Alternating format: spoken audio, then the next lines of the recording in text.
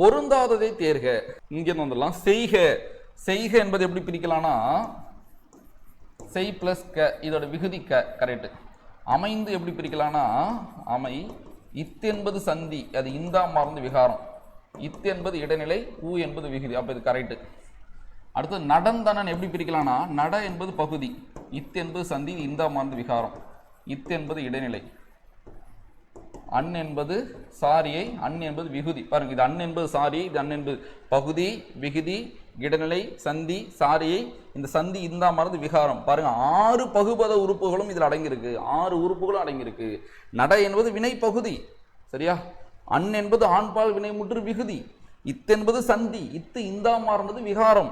இத் என்பது இறந்த கால இடைநிலை, அன் என்பது சாரியை. அப்ப இங்க என்ன விகுதி? அன். அப்ப இதுவும் கரெக்டா இருக்கு. தோன்றி.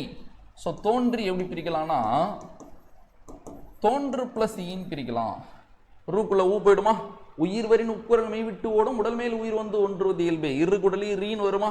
ஸோ அப்போ இந்த இடத்துல நான் வந்திருக்கணும், ஈன்னு வந்திருக்கணும். அப்போ தப்பு, ஆன்சர் ஏ. அது என்ன? ஈ எதை குறிக்குது? வினையச்ச விகுதி. தோன்றி மறைந்ததுன்னு சொல்லலாமா? தோன்றி வளர்ந்தான்னு சொல்லலாமா? ஸோ அப்போ தோன்றி என்ற எச்சம் ஒரு வினையை கொண்டு முடியும்னால அது ஒரு வினையச்சம். ஈ என்பது ஒரு வினையச்ச விகுதி. அப்போ தமிழை பிரிக்க கற்றுக்கிட்டீங்கனாலே இந்த பெயரெச்சம், வினையச்சம், வினை முற்றலாம் உங்கள் கண்ட்ரோலுக்கு ஆட்டோமேட்டிக்காக வந்துடும், சரியா? ஸோ அப்போ தோன்றி, தோன்று பிளஸ் ஈ. சரி, இப்போ இது எப்படி பெயரெச்சமாக மாற்றுறது பார்க்குறீங்களா? இப்போ தோன்றிய, தோன்றிய மாணவன் சொல்லலாமா? அப்போ தோன்றி சென்றான் என்பது வினையச்சம், தோன்றிய மாணவன் என்பது பெயரெச்சம். அதே வேறு சொல் தான் பாருங்களேன். தோன்று இன்னு பிளஸ் அ.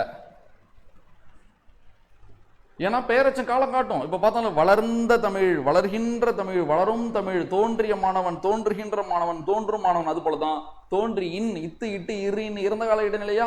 ஆ என்பது பெயரச்ச விகுதியா? புரியுதா இல்லையா உங்களுக்கு? அப்ப தோன்றி என்பது வினை பகுதியா? இதை சேர்த்தனா எனக்கு ஒரு பெயரச்சம் கிடைக்கும். எப்படி கிடைக்குது பாருங்க. இந்த ரூக்குள்ள ஊப்பிடுமா? இரு குடல் ஈயா. அப்ப தோன்றி. இப்ப இங்க இன்னும் இருக்கு தெரியுமா? இந்த இன்னும் இப்படி பிராக்கெட்ல போட்டு தூக்கிடுவாங்க.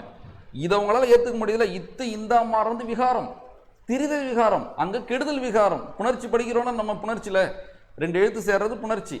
எந்த மாற்றமும் நடக்கலாம் அது இயல்பு புணர்ச்சி. மாற்றம் நடந்தால் அது விகார புணர்ச்சி. விகார புணர்ச்சி 3 வகைப்படும். தோன்றல், திரிதல், கெடுதல். புதுசா ஒரு எழுத்து தோன்றனா தோன்றல், மறைஞ்சா கெடுதல், சரியா? ஸோ திரிந்தா திரிதல்.